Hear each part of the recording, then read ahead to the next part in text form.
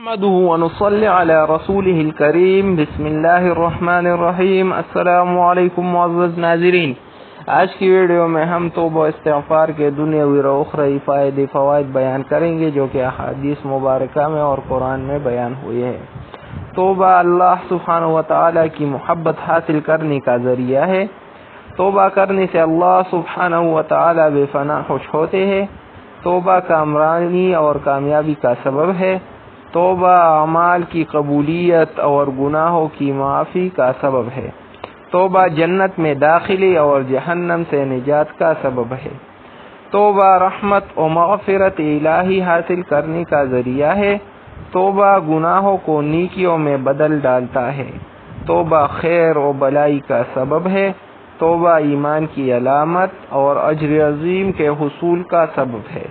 توبہ آسمانوں سے بارش اور کھیتی اور باغات میں برکت و کثرت کا سبب ہے۔ توبہ نرینہ اولاد اور قوت و طاقت میں اضافے کا ذریعہ ہے۔